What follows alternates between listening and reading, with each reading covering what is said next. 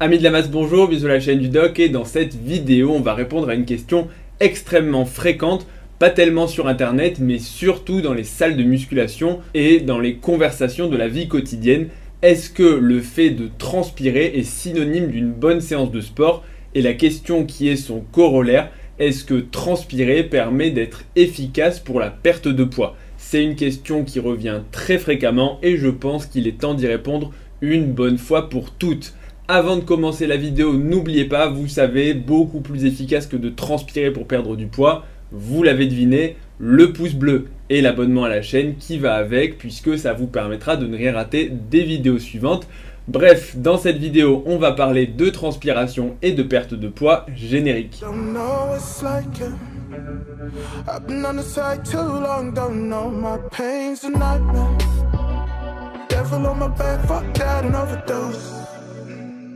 Honnêtement, je pense qu'on est tous coupables, et moi le premier, et certainement pas qu'une fois, de s'être dit après une séance de sport, une séance de musculation, un footing, tout ce que vous voulez, ok, là j'ai tellement transpiré que forcément je pense que ma séance a été extrêmement efficace. C'est un peu pour ça d'ailleurs qu'il y a l'expression de dire je suis rincé. Rincé au sens, eh bien on pourrait m'essorer avec mon t-shirt tellement j'ai transpiré.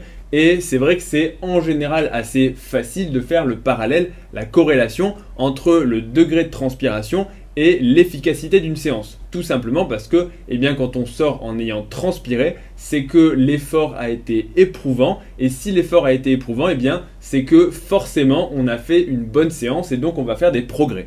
Peut-être toutefois que ce n'est pas forcément un bon raisonnement et je vais vous exposer mes arguments et essayer de vous donner des petits éléments de réponse. La première chose qu'il va être important de comprendre, c'est pourquoi on transpire. J'ai déjà fait une vidéo sur la transpiration, mais je vais résumer le propos en une minute simplement pour introduire eh bien, les différents arguments. La transpiration, c'est un mécanisme de thermorégulation. En gros, ça veut dire que ça permet de réguler la température corporelle et surtout à la baisse. En gros, ça permet d'éviter la surchauffe.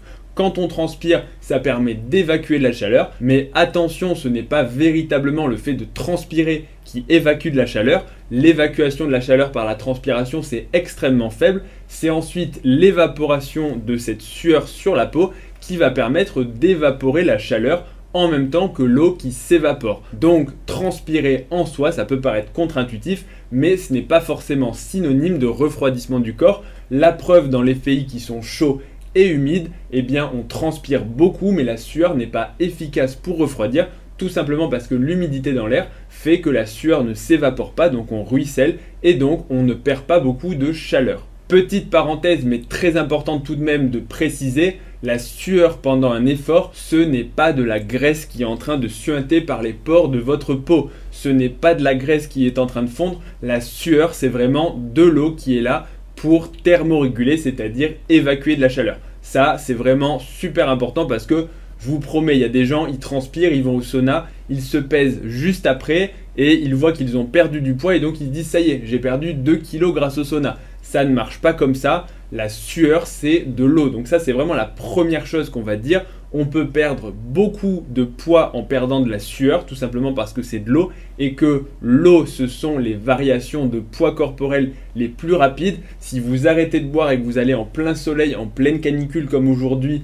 transpirer, vous pouvez perdre 2, 3, voire 4 kilos si vous faites des efforts prolongés. Donc si vous vous pesez juste après, eh bien certes, vous aurez perdu du poids, mais vous n'aurez pas perdu de gras. Et dès que vous allez reboire et vous réhydrater, eh bien votre poids va remonter. Donc non, la transpiration, ce n'est pas de la perte de graisse. Ça, c'est la première chose qu'il faut s'enlever du crâne. Maintenant, deuxième chose qu'il est essentiel de comprendre pour la suite de la vidéo, c'est que quand on fait un effort, la contraction musculaire, donc on parle bien sûr d'un effort musculaire, hein, n'allez pas me faire dire ouais j'ai fait un effort de réflexion très intense, ça ne marche pas, mais quand on fait un effort musculaire, il y a contraction du muscle et cette contraction va consommer de l'énergie et va produire de la chaleur. C'est d'ailleurs pour ça, pour la petite parenthèse, que quand il fait très froid dehors, eh bien on va avoir ce qu'on appelle le frisson thermique, c'est les muscles qui vont se contracter pour justement produire de la chaleur puisque ça permet de réchauffer.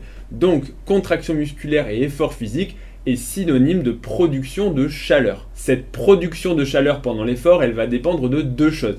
La première chose, ce sera l'intensité de l'effort. Plus votre effort sera intense et plus vous allez produire de chaleur. La deuxième chose, ce sera le temps et donc la durée de cette contraction musculaire et la durée de cet effort. Plus votre effort va être prolongé dans le temps et plus vous allez produire de chaleur et l'accumuler sur le long terme. Donc forcément, si vous faites un effort très intense et très long, vous aurez plus de production de chaleur que si vous faites un effort intense mais court ou un effort peu intense mais très long. C'est proportionnel. Ce qu'il faut donc comprendre concernant cette production de chaleur, c'est que toute la chaleur corporelle en excès par rapport à la température de référence du corps, donc en moyenne 37 degrés, cette chaleur excédentaire va devoir être éliminée, quelle que soit l'origine de la chaleur. Si je m'expose dehors aujourd'hui en pleine canicule au soleil à 40 degrés, je n'aurai même pas besoin de faire d'efforts que je vais commencer à transpirer, tout simplement parce que je reçois de la chaleur depuis l'environnement extérieur et cette chaleur, eh bien, je dois la réguler, je dois l'évacuer. De la même façon, si je fais un effort et que je produis de la chaleur, eh bien, mon corps va mettre en route tous les mécanismes de thermorégulation pour évacuer cette chaleur. Et donc, vous comprenez facilement que si vous faites du sport intense, prolongé et donc avec une forte production endogène de chaleur, donc produite par votre corps, associée à une grosse chaleur à l'extérieur, vous cumulez la production de chaleur et donc vous allez transpirer beaucoup plus. Et ça, c'est assez facile à comprendre. Donc, à partir de là, on peut très bien comprendre qu'en fait, la transpiration n'est absolument pas corrélée à l'intensité de l'effort, puisqu'elle peut simplement être liée à la température qu'il fait à l'extérieur.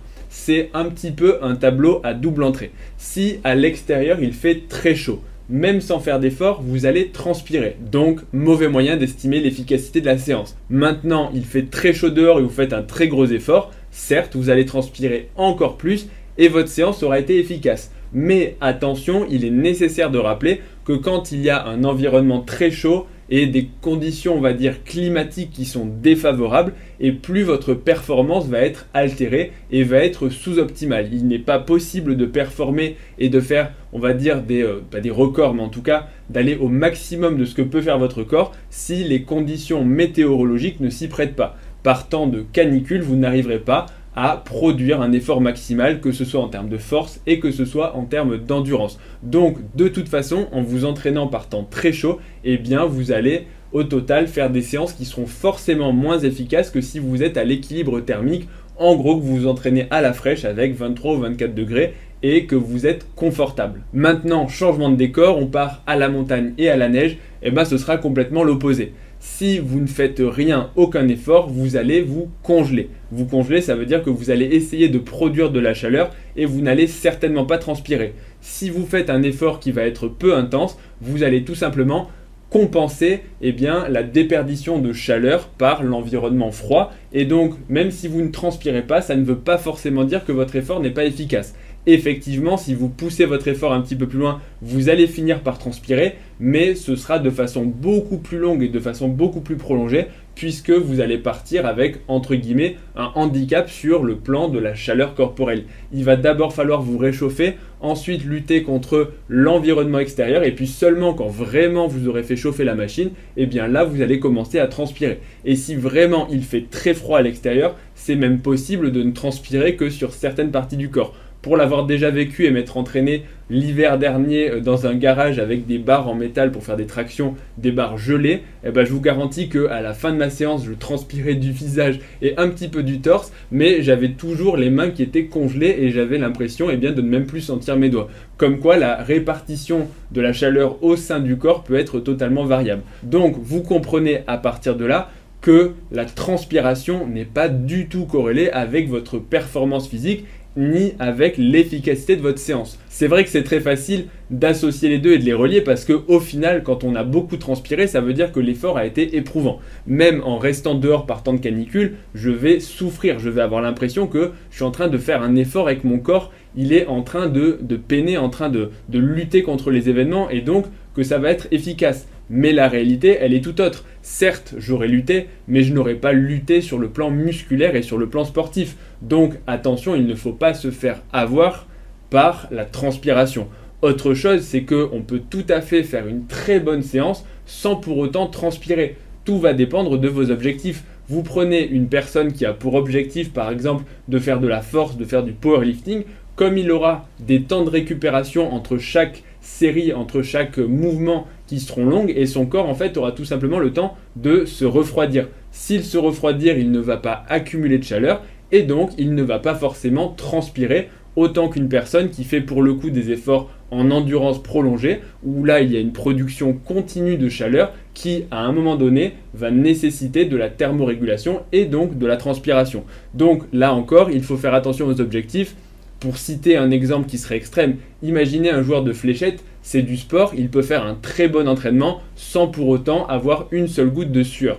Donc voilà, je pense que ça aura déjà globalement répondu à la question de est-ce que la transpiration est corrélée à l'efficacité d'une séance? La réponse, normalement vous l'avez compris, la réponse c'est non. Avant de conclure la vidéo, j'aimerais vraiment insister sur un message qui me paraît primordial, c'est que vous ne pouvez pas faire de bonnes performances si les conditions extérieures sont défavorables, que ce soit par temps très chaud, en plus d'être dangereux, ou que ce soit par temps très froid. Tout simplement parce que dans les deux cas, eh bien, votre corps va devoir lutter. Avant de lutter contre votre entraînement que vous lui infligez, il va devoir lutter contre les conditions climatiques. Et donc vous partez avec un handicap. Ce qui ne veut pas dire qu'il n'est pas bon parfois de s'acclimater pour se préparer à une compétition, se préparer à aller faire de l'alpinisme en montagne, bien évidemment, auquel cas ce sera un entraînement spécifique, un entraînement mental, un entraînement d'acclimatation à la chaleur ou au froid, mais d'un point de vue purement musculaire, d'un point de vue purement cardio, ça ne présente pas d'intérêt et il est préférable de s'entraîner, si on le peut,